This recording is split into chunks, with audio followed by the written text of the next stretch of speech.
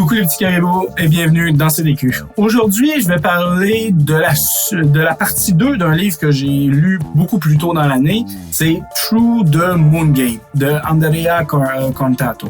Donc ce livre-là, c'est la partie, donc c'est une partie 2. La première partie, ça parle donc de l'histoire de Origin System, la compagnie qui a été fondée par Richard Garriott pour faire ses jeux. Et ça parle plus précisément, le premier, je me souviens bien, de Alphabet, qui est le premier jeu qu'il a fait, jusqu'à Ultima 6, je crois. Et dans celui-là, on reprend là dans les années 80, donc à partir de Ultima 7, 8 jusqu'à Ultima Online et Wing Commander. Donc, ce qui est vraiment cool avec ces livres-là, c'est, comme j'ai dit, même si vous n'êtes pas nécessairement un fan de la série, je pense que vous pourriez être intéressé par ce livre-là parce que par ce livre-là, on voit un peu l'évolution aussi du jeu vidéo dans les années 70, 80, 90. Un des plus grandes qualités de Richard Garriott, ça a été de vraiment essayer de faire le mieux possible à chaque fois. Donc, il programmait un jeu. Et quand il programmait l'autre, il recommençait à zéro, il réécrivait le moteur tout, parce que dans sa tête, il faut toujours recommencer à zéro, parce que c'est comme ça que ça pourrait être le meilleur. Puis il y avait quand même assez raison de ce côté-là, parce que même si c'est beaucoup plus cher, c'est moins cher dans ce temps-là qu'aujourd'hui, mais même si c'est plus cher de faire ça, si tu recommences à zéro à chaque fois, tu reconstruis sur les compétences que tu avais avant. Donc, tu fais toujours le mieux que tu peux. Puis à un moment donné, il a commencé à être de plus en plus ambitieux. Déjà que le jeu était très ambitieux, donc il a commencé à essayer de rentabiliser ses jeux en faisant des spin-offs en utilisant le même moteur, mais c'était trop compliqué, fait que finalement ils n'ont pas fait ça, mais il y avait toujours cette mentalité-là de toujours améliorer. Donc on suit un peu l'évolution du jeu vidéo à travers ce livre-là, puis c'est ça qui est vraiment cool avec ça. Et donc on a même l'origine aussi de quelque chose qui est vraiment présent aujourd'hui, qu'on peut dire merci ou pas merci à Richard Garriott pour ça, c'est que les jeux, à un moment donné, il a commencé à investir de plus en plus dans ses jeux, puis c'est là que les jeux ont commencé à devenir de plus en plus chers à produire. Et le problème qui est arrivé avec ça, c'est les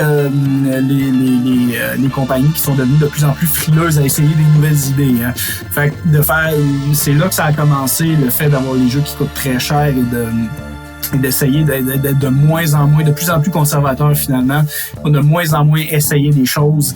Et ça, malheureusement, c'est un peu grâce à lui, entre guillemets,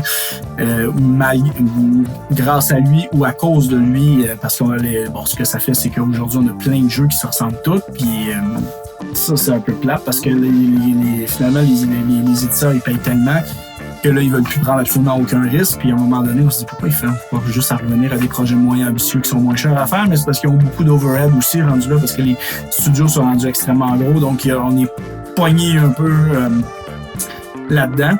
Mais donc, c'est très, très intéressant de ce côté-là. On suit un peu l'évolution du jeu vidéo à travers ça. Puis, c'est très, très intéressant, donc, pour plusieurs raisons. Et même si vous n'êtes pas fan de la série Ultima, si vous êtes fan de jeux vidéo en général et que vous êtes fan de l'avancement de la technologie comme ça, je pense que vous pourriez être intéressé par ce livre-là.